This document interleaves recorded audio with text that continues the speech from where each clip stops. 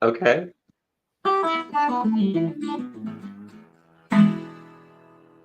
Yeah, it sounded good. It always sounds good. Guys, Hey. what are the best and worst houses for housing affordability with a little bit of a twist? That's what we are talking about today. Chris Peshek, I'm a broker associate, which is a realtor with a lot of education, just outside Austin, Texas, and Dripping Springs, Texas. This is my buddy Steve Babcock. He's a Hello, sir. mortgage loan originator in the state of Texas, and he's also a guitar man. And evidently, he breaks a lot of phones, which is why he looks like a bright, shining star right now. Yeah, I'm on a 5-year-old cell phone waiting for the new one. I got the email this morning that it would be here tomorrow. Checked up Beautiful. on the shipping status, and officially they have printed the label, and it's still in Pennsylvania. So I'm guessing I may not get that cell phone tomorrow, but we will see. I forgot to tell you about Swappa. Okay. Swappa.com, SWAPPA.com. If you're buying phones or computers or tablets or anything, you go on there and they're all like used. But I get basically brand new phones for 40% of what they actually cost. You just have to buy them outright, right? Freaking Swap is amazing. Sorry, I didn't think to tell you that last week. Great shift to today's sponsor. No, I'm kidding. I wish. Yeah, right, exactly. Swappa They is need to like sponsor me, man. I think I've bought 4 or 5 phones from them already. that was one of those like YouTube moments that everyone. Yeah, it really was. Yeah, check out my sponsor, swappa.com. Yeah. No, guys, but what we doing here? We're going to go through a recent news article. This one's from last Friday. Talk through stuff that has to do with real estate, mortgages, and everything else. And since it is after 5 p.m. and this show is technically called After Hours Real Estate, we drink adult beverages. Speaking of sponsors, Mr. Babcock, what are you drinking? Dos Equis.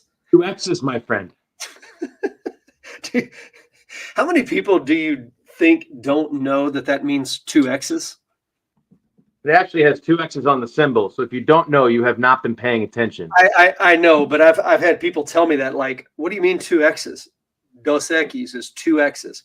Oh my God, I never knew. Anyway, it's kind of funny. I, on the other hand, am being sponsored locally by Martin House Brewing Company. I grabbed a beer for you today, buddy. Excellent. That's a good The place. Imperial Texan. Yeah, man. So I figured I would drink a beer with you today. And since my cousin left this at my house this weekend. Well, thank you for finally joining me on our After Hours Real Estate. That's okay. I don't mean to be a bad influence, but you suck when you're drinking water. Cheers, man. You're good. Cheers. That is a good beer. So as we jump into this, guys, let us know you're here and ask questions on this. And if you think we're full of crap, tell us. And if you agree with us, tell us, and all the other stuff. But let's get into this, because this article, I mean, it's pretty interesting, right? At least to me it was. I don't know. Maybe somebody else doesn't think so. But, all right, here we go. This is again from Epic. Or no, this is Zero Hedge. I was thinking this was Epic. Zero Hedge, which, again, political affiliations aside, if you want to know good information, Zero Hedge is a good resource for it. Los Angeles has the highest home price to income ratio in the U.S. Now, we were talking about affordable housing, the highest home affordability. The thing is if you're living in an area, your home affordability is directly tied to what? Well, your debt to income ratio.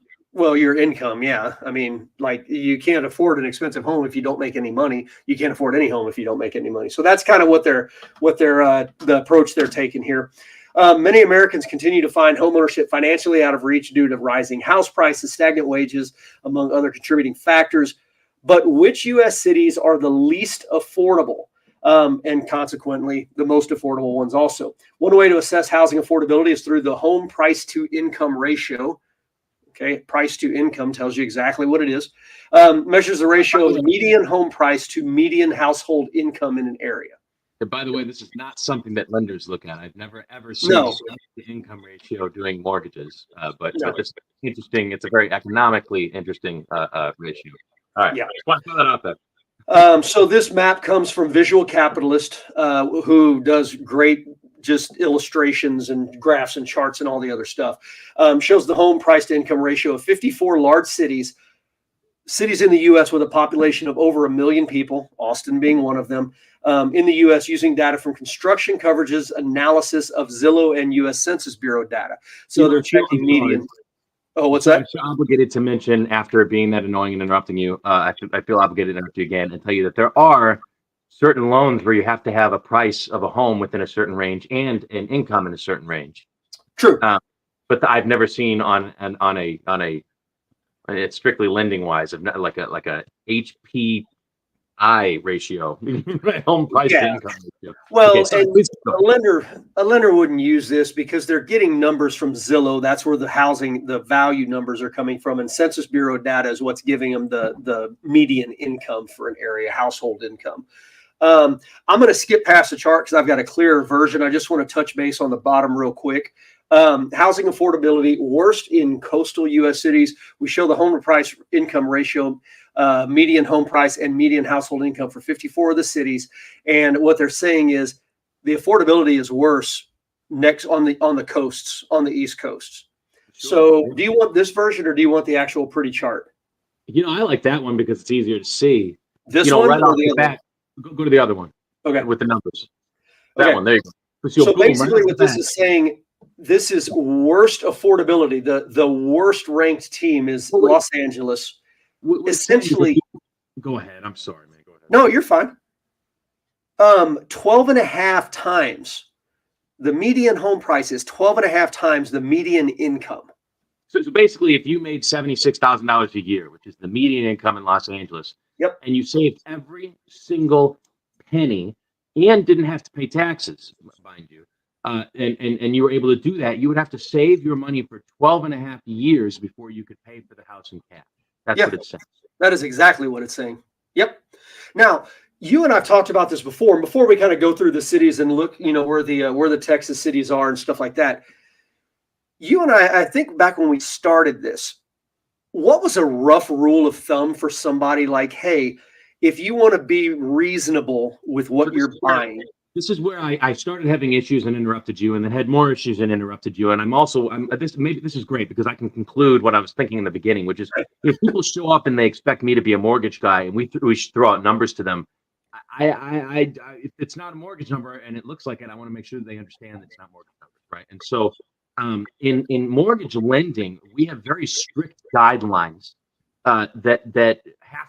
We can't not follow them. In fact, there's a computer algorithm that if we can't get it passed, we just can't get it done. Okay, and so, and I'm kind of paraphrasing here, but for the most part, people typically have to stay within what's known as a debt to income ratio. Okay, so you look at how many debts you have, what your income is, and then the price of the house, and they really don't want you spending more than roughly 40% of what you make every month on your mortgage. That number can go up or down depending on which loan you're in. But if I were going to try and sum up all of them at the same time, I would say that in lending, if you're right around 40% of your income, so like if I make $10,000 a month and 4,000 of it is going to my mortgage, just to keep the numbers simple, right?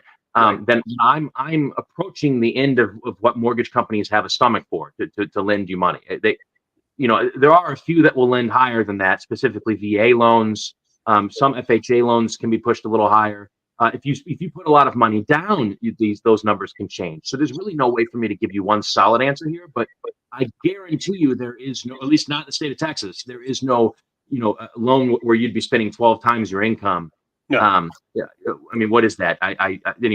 That's it's crazy. It wouldn't allow you to buy a home. So what they're really showing you here has nothing to do with mortgages. It has everything to do with showing you how outrageous the prices are. Yeah, that's exactly what this is. Yeah. I'm really happy you let me specify that because I didn't want people to think they're getting mortgage advice. No. But what I was asking that you and I have talked about is if I've got, like, say they're a first time home buyer and they come to me and they're like, okay, Chris, we haven't talked to Steve yet, but what are we looking at? My old advice would have been, hey, if you want to stay reasonable, look at something that might be 3 times your income. I would say 2 to 4 times. Yeah. And now that number has gone to 4. Yep. Yeah, I remember telling you that a quick general rule of general rule rather. Sorry, I'm trying not to use that term anymore. Um, a quick general rule, it was at least before all the rates went crazy, but was, you take someone's income, their annual income, and if they have fantastic credit, then you can times their income by three or four, Yeah. somewhere in there, and that's how much house they can buy. Right. Right. So, and then if you have someone with pretty terrible credit, but still qualifying, right? So on the lower end, I don't mean to say terrible, they're on the lower end. Yeah. As long as they still qualify, well, then you can usually multiply that income by, two or three. Right. It typically falls in that range. With the higher rates, that's changed a little bit. But if you're doing quick math in your head, and that was for realtors, when they're on the Yeah. phone with somebody, oh, I make 30,000 a year, and the homes are, Los Angeles where they're 900,000. It's like, well, Right. okay, we could look at some rental properties, right? That's an easy way of quickly knowing. Yeah. And so, I mean, even look, first of all, to their point, in the top 10, there's not a single city that is not on the water. Top 11, 12, Denver is the first one that comes in, not on the east or west coast. Right, and it's half the price to income ratio. I mean, we're talking Yeah, 6 of Los Angeles. Yeah. Yeah. Median household or median home price there, 563. I would expect the average to be somewhere around 3, maybe 4. But if you look at some other cities like Shenzhen, China, Oh, yeah. or Shenzhen, it's God, I think it's like 50 to 1 or something like that. I mean, I've seen I can't That's remember crazy. the amount, but it's outrageously high. Yeah. And the other interesting thing, I mean, in some cities, the median income kind of mimics the home pricing. But again, Los Angeles, holy hell, that's What I think bad. is what I think is funny is when you compare our home ownership to other areas in the world. Oh, yeah. We actually have in the United States one of the easiest home ownerships with some of the most rights given to people out of anywhere in the world. Yeah. I've met many people from other foreign countries that come here and they're like, "What do you mean I own the property?" No, no, no. I have to give it back after a certain amount of time. It's a lease, right? No, you bought the property, and as long as you pay the taxes, you don't have to give it back. What are you talking about? In most countries, you buy the property for a certain amount of time, and then you have to either give it back or renegotiate with the state, and whoever's in charge at the time, you just hope they like you. You know, Yeah. over here we have some of the best affordability, regardless of what you've heard in the news. We have some of the best affordability and some of the best rules anywhere in the world. When you start comparing it around to other countries. In fact, I'll see if I can find an article to compare it to other countries next time. That'd be very Yeah. interesting to do. It would. And that's kind of the other thing. Like, there's a lot of countries that don't have mortgages. Like, people, if you don't have the cash, you don't build a house. I mean, we were in Jamaica, and 90% of the houses are a quarter finished. Like, the first floor will be finished, but the second and third floors are completely open, and they just continue on their house when they have the cash to do it. Do you remember? Have you ever seen any of those old Sears catalogs with the houses in them? The Yeah, sold yeah. houses in the catalogs. You can get them on That was Amazon now. that was actually pre-cut timber. So that's the very first prefab jobs out there, and they would ship the whole house to you on horse and carriage back in the day, in different sections, and it would come in like 15 different horse and carriages, right? And you'd have to put the whole house together yourself. It just comes to. And by the way, to do it back then, there were only 5 to 10 year loans. Yeah. But typically they were 5 year loans, and you had to put like 60% down. The littlest ones I think were 50% down, and those were the 5 year loans. And if you put more down, they'd let you pay back longer. But I mean, they were only the rich were doing this, and the rich were building their own homes by hand or having someone do it for them. But Right. typically doing it themselves. When you look back on it, it's outrageous how it's changed. I mean, People, you know, and I'm not saying this to go down this path, because you and I typically don't do this, but what you're saying about our home affordability here is really the same as kind of every like hot button issue and human rights issue and everything else around the world. Like, people in the US really, until they travel a little bit, talk to people in other countries, they really don't understand exactly how good we have it here. I mean, well, I've been to a few countries, right? Um, and to say that everything is totally naive, and the older I get, the dumber I feel, right? Because you learn more, and you have to reassess how you're thinking, right?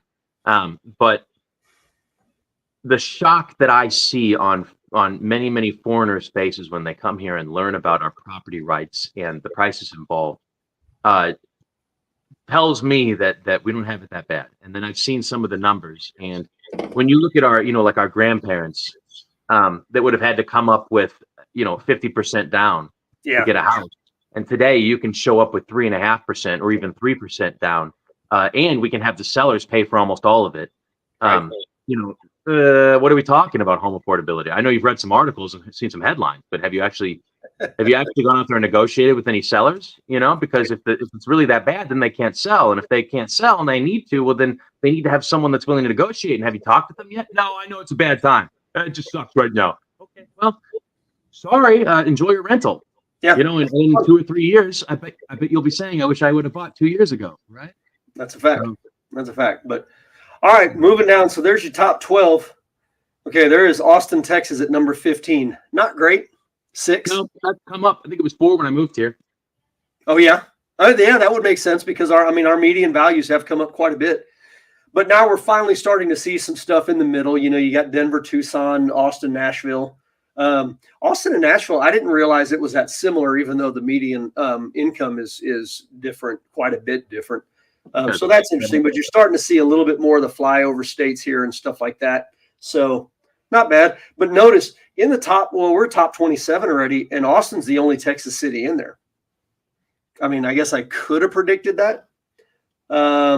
Moving down, Dallas at 31, 4.7. So now we're finally getting to that point where, hey, a 4x multiple makes sense. And Dallas was at 3 a few years ago. They shot up. Their prices are going like crazy. They're going up. Yeah, but the one that's blowing up is San Antonio at 4.3. Like San Antonio was always one of the most, it was more affordable than Dallas for a long time. El Paso at 4.1. So let's just go to the bottom, the cheapest. Okay, you probably could have guessed Detroit, Cleveland. Those make sense. But look at the income compared to the house. Oh yeah, you're not making anything if you're living there. I mean, Memphis, there's some money to be made in Memphis, I guess. You sell your house in Austin though, and you can move straight to Detroit and usually pay cash for the whole thing. Yeah, that's right. Yeah, and have money left over to go buy a car or two. I mean, honestly. But yeah, we've got a couple of Midwest state. Well, is Oklahoma Midwest? My wife wants to move to Detroit. That's hysterical. Yeah. But yeah, I mean, that just kind of gives you an idea. Like, there's still places in the U.S. where you can go and make a nominal income and still afford a house easily. I mean, brother, if I've got an online job, like a remote work job. Oh, dude, I'm looking at the bottom 10 here. Like, Detroit's starting to look pretty good right now. Cleveland. Hell, but even outside of that, under 200,000, Tulsa's a nice place. Have you ever been to Tulsa? Mm-hmm. Tulsa's a nice town. Oklahoma City's not bad. Or Milwaukee. Milwaukee, yeah. Little Wayne's World reference. I dig it. You got that. So, anyway, I mean, awesome. Interesting, right? Interesting. Now, I'm going to double this up with another little article that I pulled. And we talked about how expensive all the border states are, all the coastal states are, right? So I just wanted to bring, this came up this afternoon at 1:30 when I saw it at about 2. So I wanted to bring this in. How many people are, it's a migration article. People are still moving from California. I'll just jump to the important part because these graphs are terrible. Okay, people leaving California, 94,000 are going to Texas, 54 to Arizona. So there you can see where people are leaving California for. The only reason this is interesting is that California has grown for 50 years, something like that. Yep. Yeah. Well, but here's the thing. It's still in the top 5 states that people are moving to California from. Number 1's Texas. Thing is, though, if you 38,000. So 39,000 people are moving back to California from Texas, but 93 are still coming here. You're a positive, if you're California, you're still negative 55,000 people. Which is a drop in the bucket. Nothing. Well, so Interesting you say that, because I happen to read. So 20, oh wait, I want to go back to 2023. Where was it? 2023, 422,000 people moved to, 690 moved out. Okay, so that's a negative of a 250,000 people. Okay. 2022, 475 versus, hell, we'll call it 350,000. 2021, a negative of 400,000. So we're almost, if you go back to 2020, California's lost 1 million people to other states. That's not necessarily a minor number.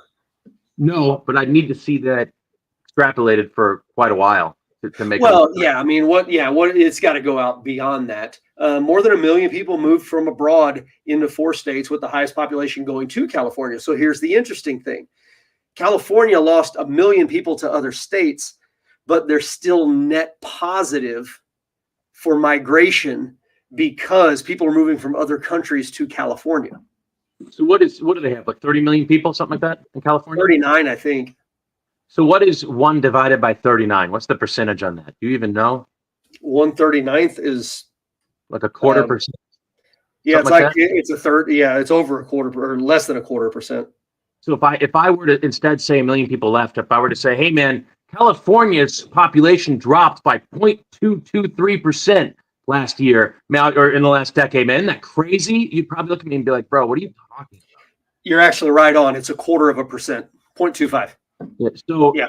While I understand that's huge, and it is a lot of people, it needs to happen it needs to accelerate. So yeah, it's 1 million now, but then next year, if it was 800,000, and then next year it was 1.2 million, and next year it was 2, all of a sudden that would show me a dying California. Right now, we have a California where there's a little blip on the map right now.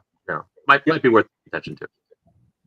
But yeah, here they're saying Department of Finance for the first time. So 2021, 22. They net lost. California now is experiencing positive growth in 23. So they're getting bigger again. So, and again, rebound of foreign legal immigration, because foreign legal immigration completely shut off with COVID. So you have to get rid of the jobs to get rid of the people. And if the people are leaving and the job openings are there, and that just makes the prices more affordable for the houses, temporarily. Yep. And then one last quick one that popped up today: are any metros seeing a surge in sellers? In other words, are people actually trying to get the hell out of certain areas? This is really, really interesting to me. This came from Altos data. So percent change since 2019, 12% more sellers now than 2019. I guess you could say that's a lot of people leaving, but not really. Again, what is 12%, right? How many people are in down? Yeah. And you can see over here on the right, it fluctuates, right? So we're on the downward swing of a maximum cycle. And you can see it's a 5-year trend, 1, 2, 3, 4, 5. So the maximums are the summer, right? That's when the listings are highest. Houston's 12% are leaving. This is what I found was interesting. New York, New Jersey, Long Island is almost 30% below where they were in 2019. So there's 30% fewer listings in Northern New Jersey, New York, Long Island, and Pennsylvania. Basically, like the expanded New York metro area. So what was happening in 2019? That was just the last normal time before COVID blew everything up. Like that was the last normal market. I think rates are around 4%, maybe 4.5%, something like that. 4.5. Yeah. Okay. But a 30% deficit. Atlanta area, 19% less listings. Chicago, 36% less listings. That's huge. So when COVID hit and everybody moved out of the cities, just like any numbers, right? You need to let them extrapolate, right? I think what we're now seeing is a large number of those people that were like, look, I was freaked out of COVID, but I hate the country. I want to go back to the city, and they're headed back into town. Yeah. And so that's possibly, but this is new listings. This isn't necessarily listings on the market. Look, man, if I live in Dallas, Fort Worth, compared to what else is on there? New York City, right? New York. Yeah. Those are 2 vastly different areas. Yeah, without a doubt.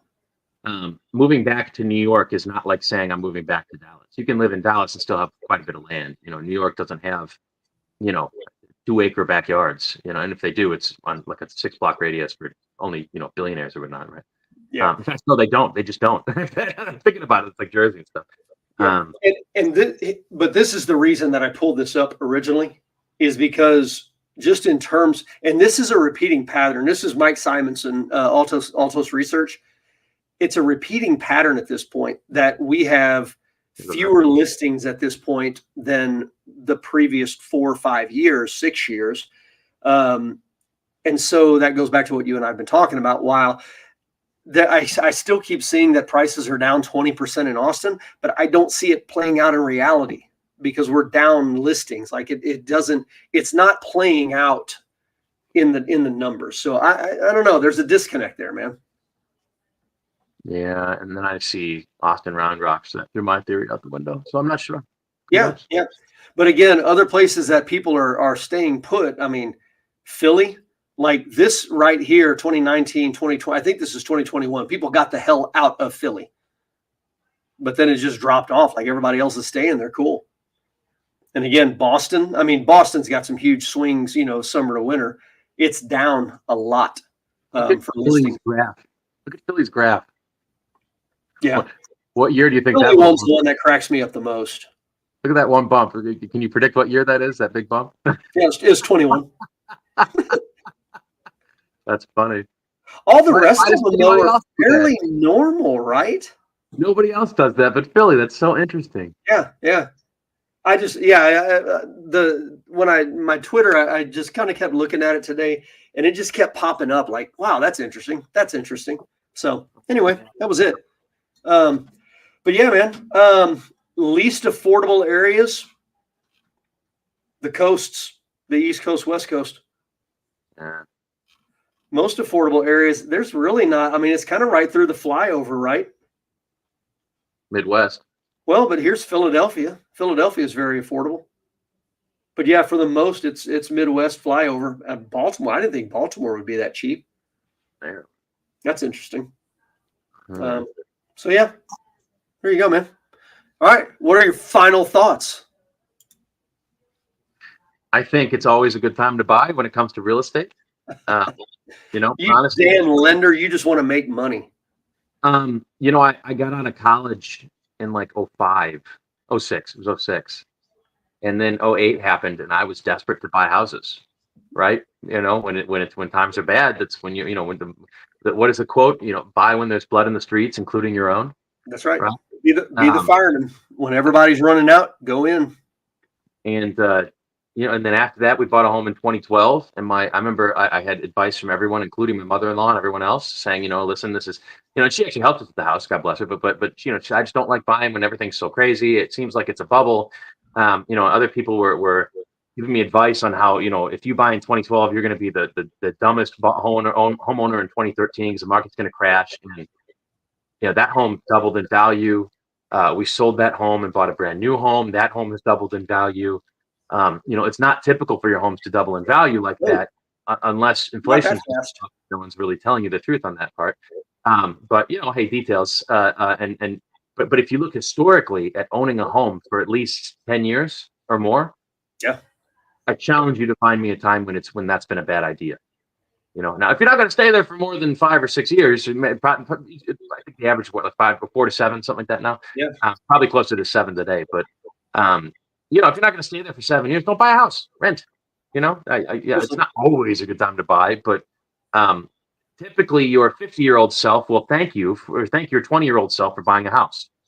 Or my 50-year-old self is pissed off at my 20-year-old self for not buying a house. How many old people are you meeting that were like, God, I just wish I would have bought less assets, Yeah, no, dude. Every old person you talk to is like, I bought my house and it had 18% interest and it tripled. It's worth 8 times as much as it was back then. You can always find a jackass that can tell you why you shouldn't do something. But at the end of the day, those aren't people that are very rich. Typically, they're people that are just bored. Yeah, they're always looking for excuses. And that's the thing. For like 2.5 years now, people have been screaming that we're going to have a bubble. And the bubble's going to break. The bubble's going to break. Well, holy shit, where's the bubble? Yeah, honestly, I guess it could. I guess it still could. I think rates are headed way higher. Rates are headed higher. Yeah. Yeah, and I think prices are also headed way higher. Because let's just think about this. You have let's just be obnoxious. Rates are 15% now, Yep. which they're not. I'm throwing out a scenario, but let's just say if they were 15%, are you going to sell your 3% mortgage? Nope.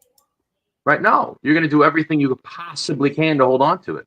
You know what else is going to happen if that happens? How many builders are going to be building houses at 15% interest? Well, I mean, they got to get that money somewhere.